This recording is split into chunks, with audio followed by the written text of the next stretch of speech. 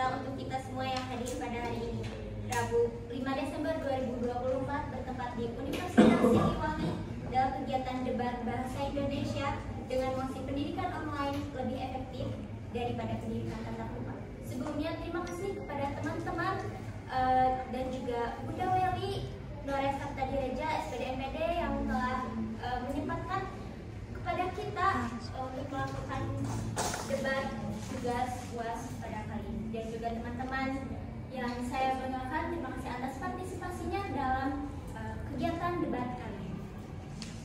Baik, debat hari ini terdiri dari dua tim, yaitu tim pro dan tim kontra. Sebelum pelaksanaan debat dimulai,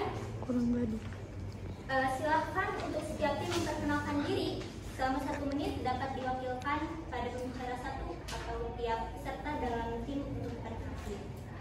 Dimulai dari tim pro, silakan untuk memperkenalkan diri. Assalamualaikum warahmatullahi wabarakatuh. Waalaikumsalam warahmatullahi wabarakatuh. Kami dari tim pro. Perkenalkan, nama saya Sangat Sarami. Saya Jadi Seraya. Saya Kelana. Saya Muhammad Adil. Saya Widianisa. Saya Nadia Putri. Selaku tim dari tim pro. Kemudian silakan memperkenalkan diri dari tim kontra. Pada tim kontra disilakan. Assalamualaikum warahmatullahi wabarakatuh. Waalaikumsalam warahmatullahi wabarakatuh. Perkenalkan, kami dari tim kontra. Perkenalkan, nama saya Salma Hana. Perkenalkan, nama saya Widya Kamila Santi. Saya Melia Wanisa. Saya Sebut Sendiri. Saya Marsa Aluna. Saya Nadira Putri. Saya Cisapia. Saya Cici Lulu Pada. Terima kasih. Untuk yang selanjutnya, silakan untuk perwakilan ke depan untuk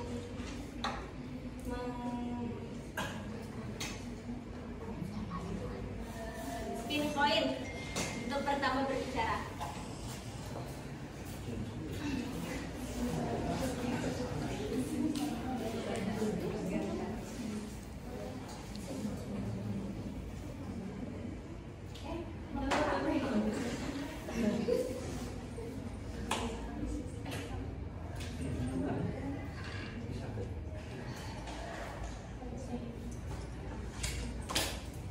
Dimulai dari tim pro terlebih dahulu ya.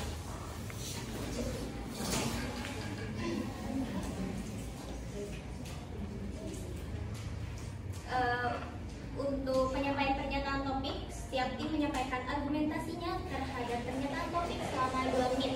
Dimulai dari tim pro, dilanjut tim kontra. Penyampaian pernyataan topik dilakukan oleh pembicara satu masing-masing tim. Pada pembicara satu untuk 2 menit. Dimulai dari sekarang.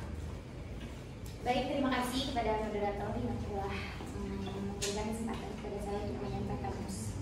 Pertama, seiring dengan berkembangnya teknologi, pendidikan mengalami transformasi yang signifikan.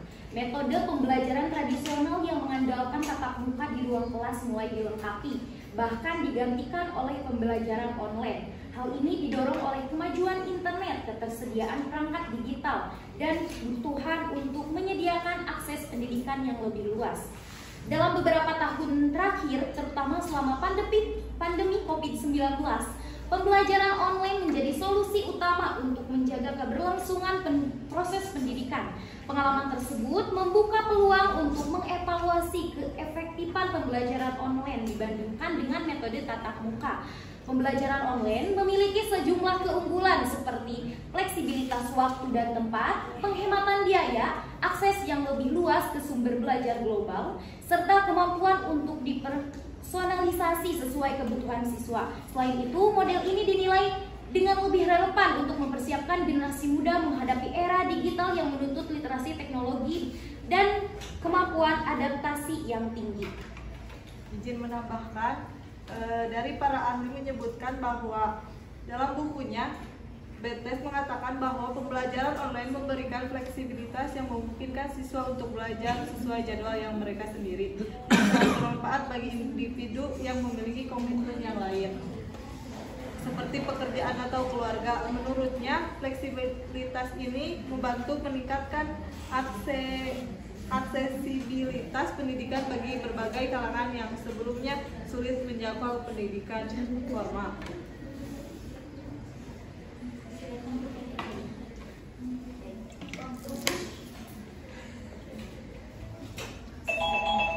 Oke, yang selanjutnya dilanjut oleh tim kontra untuk menyampaikan argumentasinya dalam 2 menit. Waktu dimulai dari sekarang. Terima kasih kepada moderator yang telah mempersilahkan bicara satu untuk memaparkan argumennya. Selamat siang hadirin yang terhormat.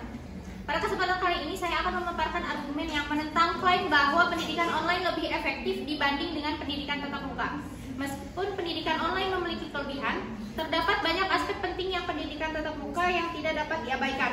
Pertama, pendidikan tatap muka sudah pasti terjadinya interaksi sosial yang nyata antar siswa, guru, dan teman sebaya. Interaksi ini penting untuk mengembangkan keterampilan sosial seperti kerjasama, komunikasi, dan empati, yang tidak bisa sepenuhnya didapatkan dalam pembelajaran online. Dalam kelas tatap muka, siswa dapat langsung berdiskusi, bertanya, dan menerima respon secara spontan dari guru atau teman. Dalam pendidikan tatap muka, guru dapat menggunakan berbagai metode pengajaran yang lebih interaktif dan responsif terhadap kebutuhan siswa. Izin menambahkan, pada lingkungan kelas yang terstruktur membantu siswa untuk tetap fokus dan terlibat. Seringkali pada pendidikan online, siswa itu menghadapi banyak gangguan baik dari lingkungan rumah maupun dari teknologi itu sendiri. Di kelas tentunya suasana belajar yang kondusif sangat mendukung proses pembelajaran. Guru dan siswa juga dapat membangun hubungan yang lebih kuat dalam pengaturan tatap muka. Kehadiran fisik guru juga memberikan dukungan emosional yang penting, serta memotivasi siswa untuk belajar yang lebih baik. Siswa yang merasa didukung cenderung lebih termotivasi untuk menjadi siswa yang berprestasi. Sudah ya, Bu? Baik. Untuk yang selanjutnya, debat 6 menit pertama. Setiap tim menanggapi argumentasi tim lain selama 3 menit. Misalnya tim pro menanggapi argumentasi tim kontra selama 3 menit. Demikian seterusnya. Tugas ini dilakukan oleh pembicara 2. Keterangan diizinkan untuk diinstruksi dengan syarat disetujui oleh pembicara, dan jika masih ada waktu tersisa, instruksi bisa oleh pembicara 1, 2, maupun 3. Untuk pembicara 2, 3 menit dimulai dari sekarang. Ini menambahkan tatap muka tidak selalu berjalan dengan mulus. Ada pengumpulan dari pembelajaran online. Yang pertama, fleksibilitas waktu dan tempat. Pendidikan online memungkinkan siswa untuk belajar kapan saja dan di mana saja. Contohnya ketika hujan pasti lebih efektif secara online, sehingga lebih fleksibel dibandingkan dengan pendidikan tatap muka. Yang kedua, akses ke sumber belajar global. Dengan pendidikan online, siswa dapat mengakses sumber belajar dari berbagai tempat di dunia, seperti kursus internasional, e-book, video tutorial, dan materi lain yang mungkin tidak tersedia di sekolah atau kampus tatap muka. Yang ketiga, peningkatan interaktivitas melalui teknologi. Platform pendidikan online sering menggunakan alat seperti kuis interaktif. Sekarang banyak, walaupun tatap muka, masih sering menggunakan kuis interaktif, simulasi, dan forum diskusi yang dapat meningkatkan partisipasi siswa dan membuat pembelajaran lebih menarik. Yang keempat, adaptasi pada situasi khusus dalam situasi darurat seperti pandemi. Tidak mungkin kan tatap muka saat pandemi terjadi karena terhalang sama kondisi kesehatan. Pendidikan online tetap memungkinkan keberlangsungan pembelajaran tanpa risiko kesehatan. Ya, saya Izin menambahkan, lalu juga ada efisiensi biaya. Pendidikan online cenderung lebih hemat karena tidak memerlukan biaya transportasi, akomodasi, dan fasilitas fisik seperti gedung sekolah. Siswa hanya membutuhkan perangkat dan koneksi internet. Lalu yang selanjutnya ada mengurangi gangguan fisik. Dalam kondisi pendidikan online, siswa dapat belajar di lingkungan yang lebih nyaman dan terkendali, mengurangi distraksi fisik yang mungkin terjadi di kelas tatap muka seperti keramaian atau gangguan antar siswa. Lalu juga ada cakupan yang lebih luas. Pendidikan online memungkinkan siswa dari berbagai daerah, termasuk daerah terpencil sekalipun, untuk mendapatkan akses pendidikan yang berkualitas tanpa harus pindah lokasi.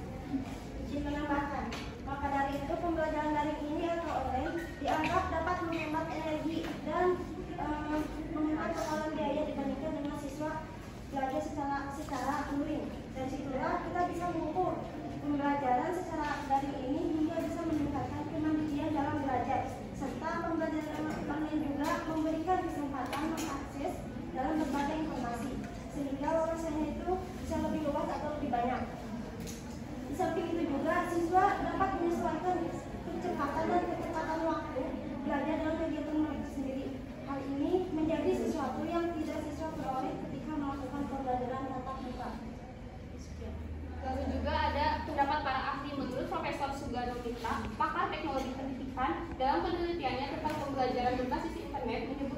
bahwa pembelajaran online memungkinkan siswa untuk mengakses pendidikan tanpa batasan geografis. Dia menekankan bahwa siswa dapat belajar dari mana saja selama mereka memiliki koneksi internet, sehingga pendidikan menjadi lebih inklusif. Waktu telah selesai. Untuk yang selanjutnya, di kontrak pada pembicara 2 silakan menanggapi argumentasi dalam 3 menit. Waktu dimulai dari sekarang. Ini pembicara 2 akan menambahkan dan memperkuat argumen dari pembicara 1 yang kami akan kaitkan dan membawakan tentang undang-undang dasar yang ada di Indonesia, seperti UU nomor 20 tahun 2003 tentang sistem pendidikan nasional. Pada pasal 3 menyatakan bahwa pendidikan bertujuan untuk mengembangkan kemampuan dan karakter bangsa. Pembelajaran tatap muka memberikan interaksi langsung antara guru dan siswa yang dapat meningkatkan pemahaman dan pengembangan karakter. Dan juga pada UU nomor 14 tahun 2005 tentang peran guru dan dosen, menekankan pentingnya peran guru dalam pembelajaran pengajar. Dalam pembelajaran tatap muka memungkinkan guru untuk memberikan bimbingan dan umpan baik secara langsung yang sulit dan yang tidak bisa dilakukan pada saat online. Izin menambahkan, dijelaskan dalam Al-Quran Surah Ali Imran ayat 159 di sana menjelaskan tetap muka dalam Al-Quran dapat dipahami sebagai interaksi langsung antar individu. Di dalam Al-Quran menjelaskan bermusyawarah dan bekerja sama itu penting dalam pembelajaran tatap muka, tidak dengan online. Terus dan bermusyawarahlah dengan mereka dalam suatu urusan. Dijelaskan dalam Ali Imran ini untuk meskipun istilahnya tatap muka secara langsung, secara spesifik tidak disebutkan dalam Al-Quran, nilai-nilai tentang pentingnya tatap muka itu langsung dengan cara yang baik.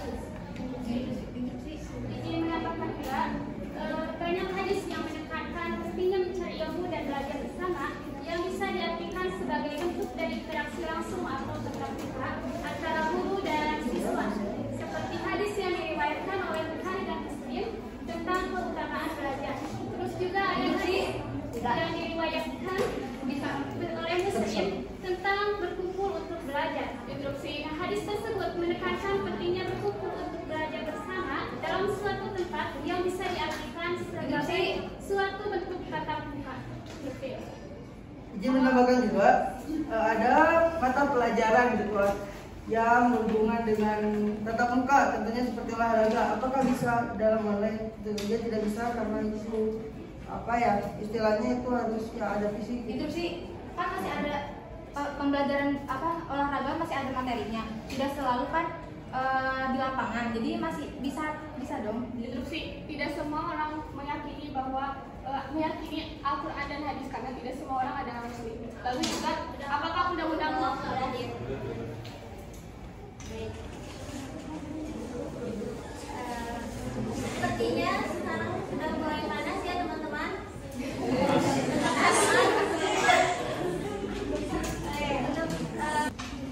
Untuk sesi selanjutnya yaitu sesi tanya jawab.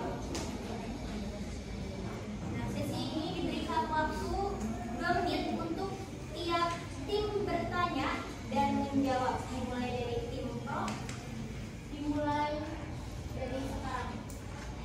Bagaimana Anda menjelaskan bahwa pendidikan tatap muka lebih efektif padahal siswa dengan keterbatasan fisik dan infrastruktur lebih mudah mengikuti pembelajaran online tanpa kendala lokasi? Apakah dimaksud?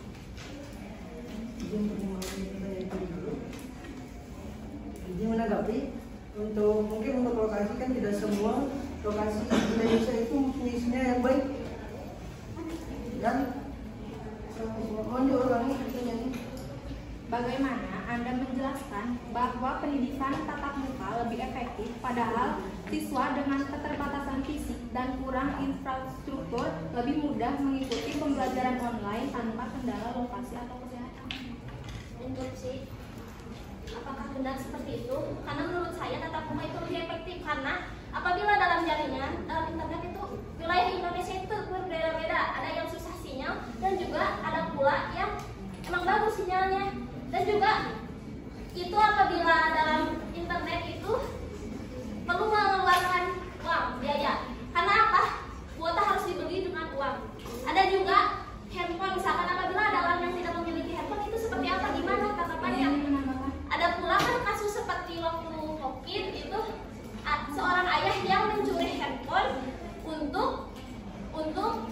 anak yang mencuri handphone untuk saat Belajar. untuk apa sih mempermudah dalam pembelajaran. Bagaimana tanggapan Anda tentang hal tersebut?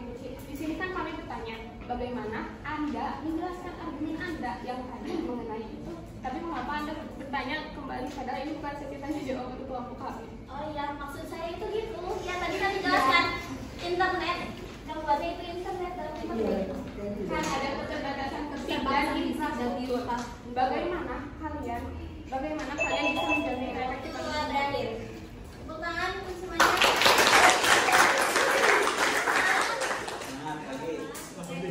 Anda ya, ini ya mulai panas gitu suasananya, meskipun padahal ada Aceh ya gitu teman-teman.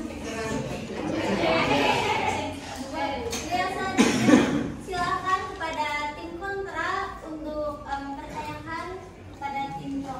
Dalam 2 menit dimulai dari sekarang.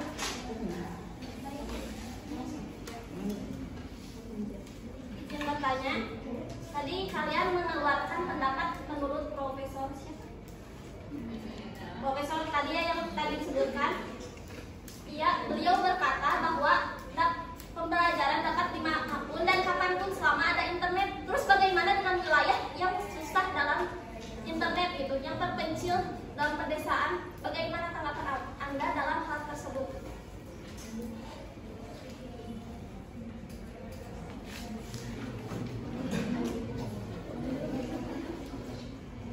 Baik, yang perlu digarisbawahi di sini kami dari penelitian Profesor Subianto Mitra ini, pakar teknologi pendidikan, ia mengemukakan bahwa pendidikan menjadi lebih inklusif. Ya.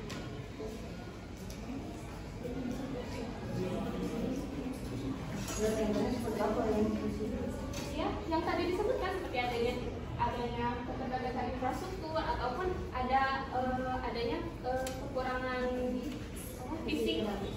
Terus bagaimana dengan wilayah yang susah sinyal?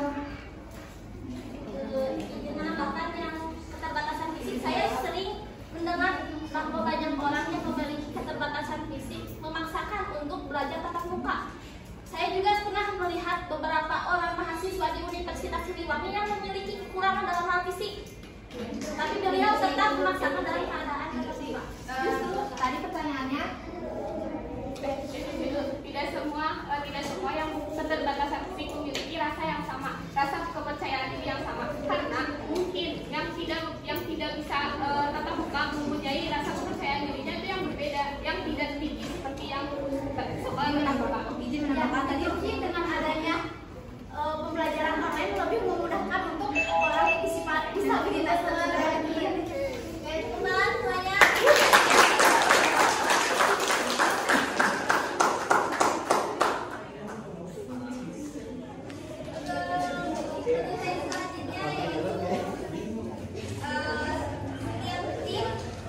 Setiap tim memberikan ungkapan penutup atau kesimpulan terhadap pernyataan topik sesuai dengan posisinya selama 3 menit.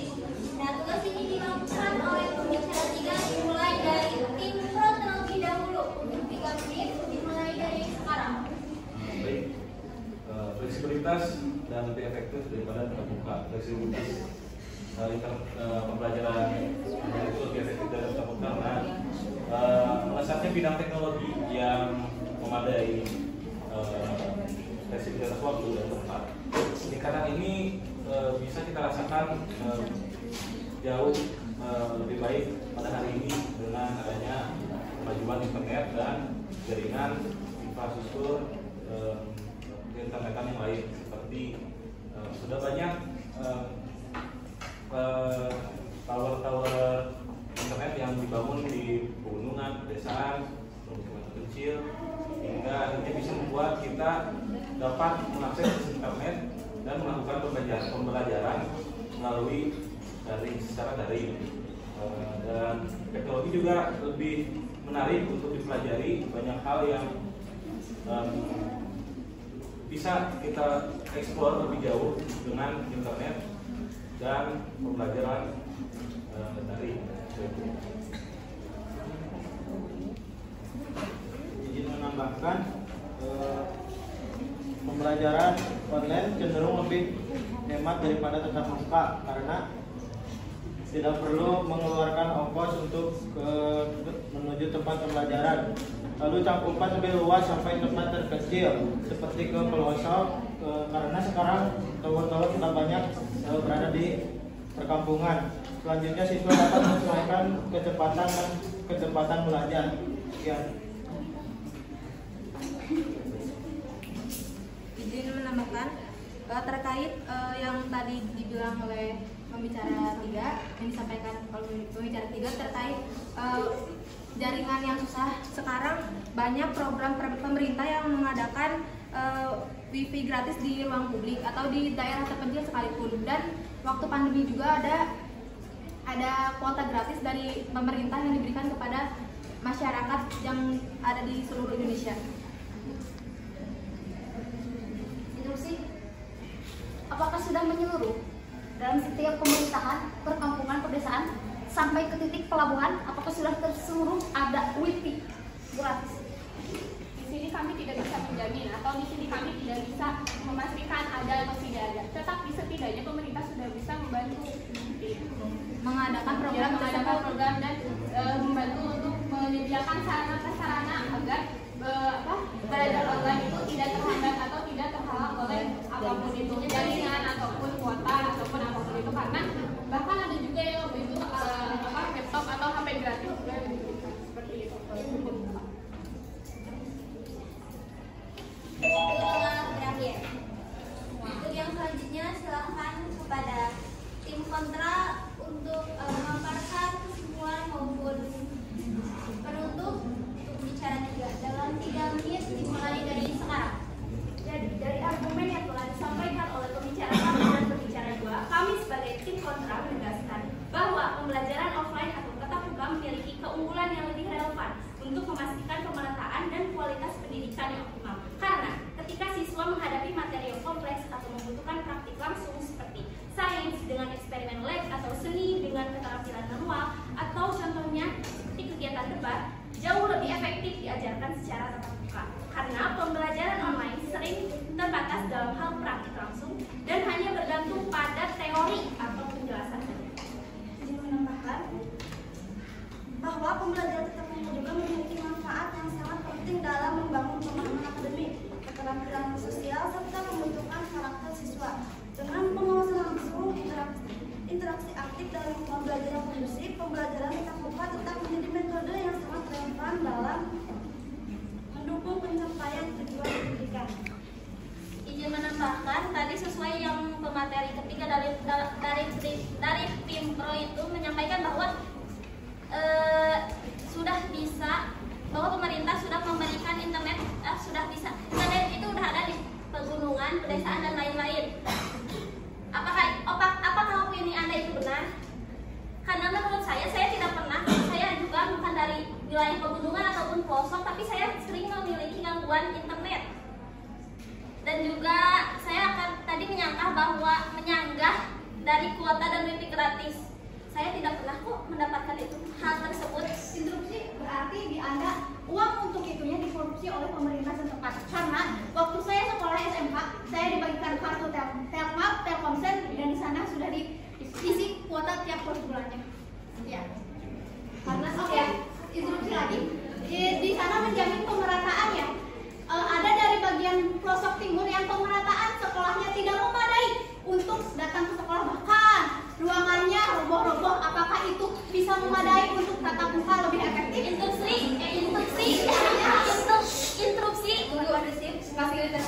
Fasilitas dalam pelosok belum memadai untuk seperti sains atau praktik-praktik yang mungkin cuma ada di kota-kota, dan pendidikan pembelajaran online lebih efektif karena bisa yang di daerah pelosok bisa melihat dalam internet atau dalam sekarang banyak di video edukasi atau jaringan internet yang sudah menjelaskan atau yang memberikan pembelajaran online yang sarana yang memadai. Instruksi. Jadi saya akan tadi katanya jadi sesuai dari yang opini Anda sampaikan, jadi lebih efektif dalam pembelajaran tatap muka. Tatap muka kan berakhir.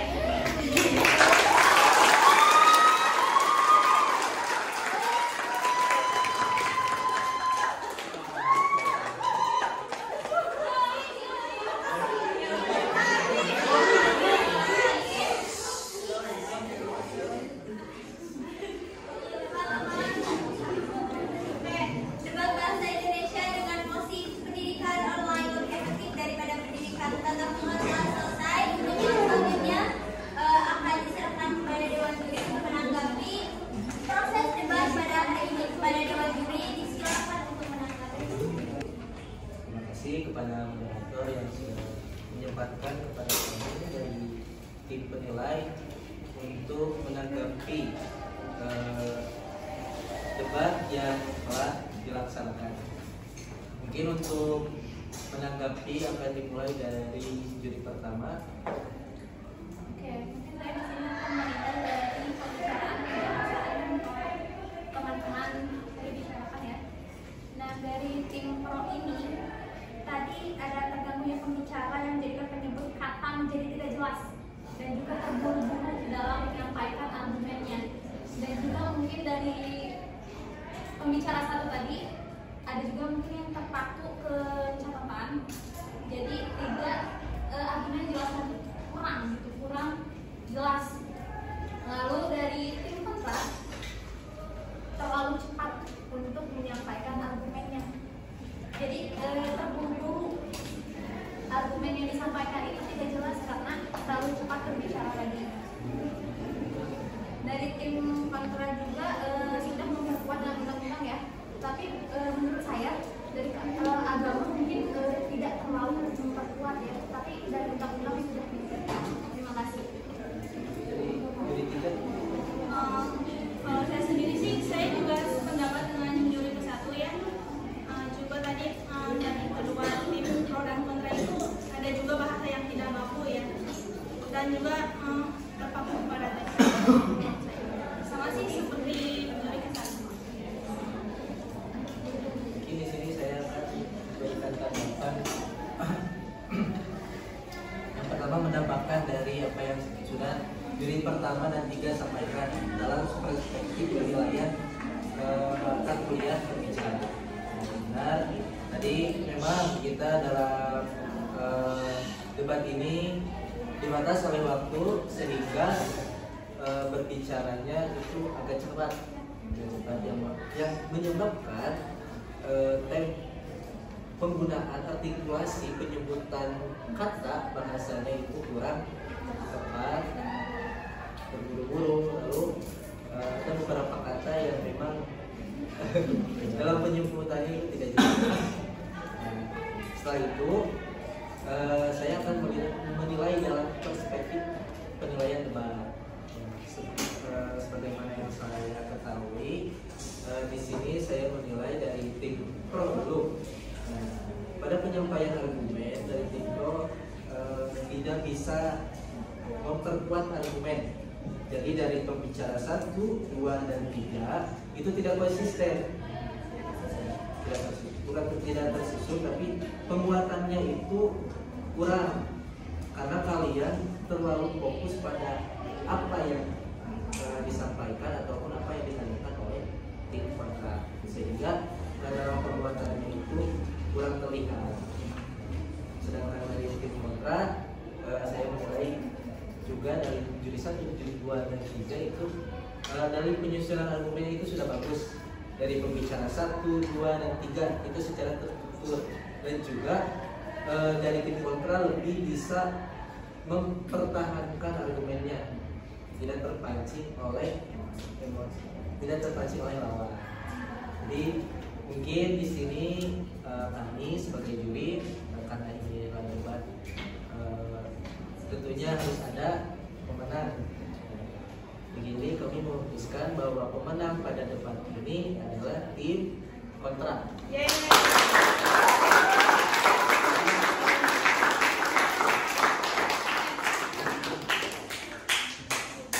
Mungkin apa yang kami sampaikan tadi bisa jadi bahan evaluasi untuk kita, dan juga mudah-mudahan apa yang kita melakukan simulasi debat ini bisa menambah ilmu, dan juga apa yang kita dapatkan kali ini bisa bermanfaat di masa depan. Mungkin segitu. Mungkin sekian dari kami. Saya serahkan lagi kepada moderator.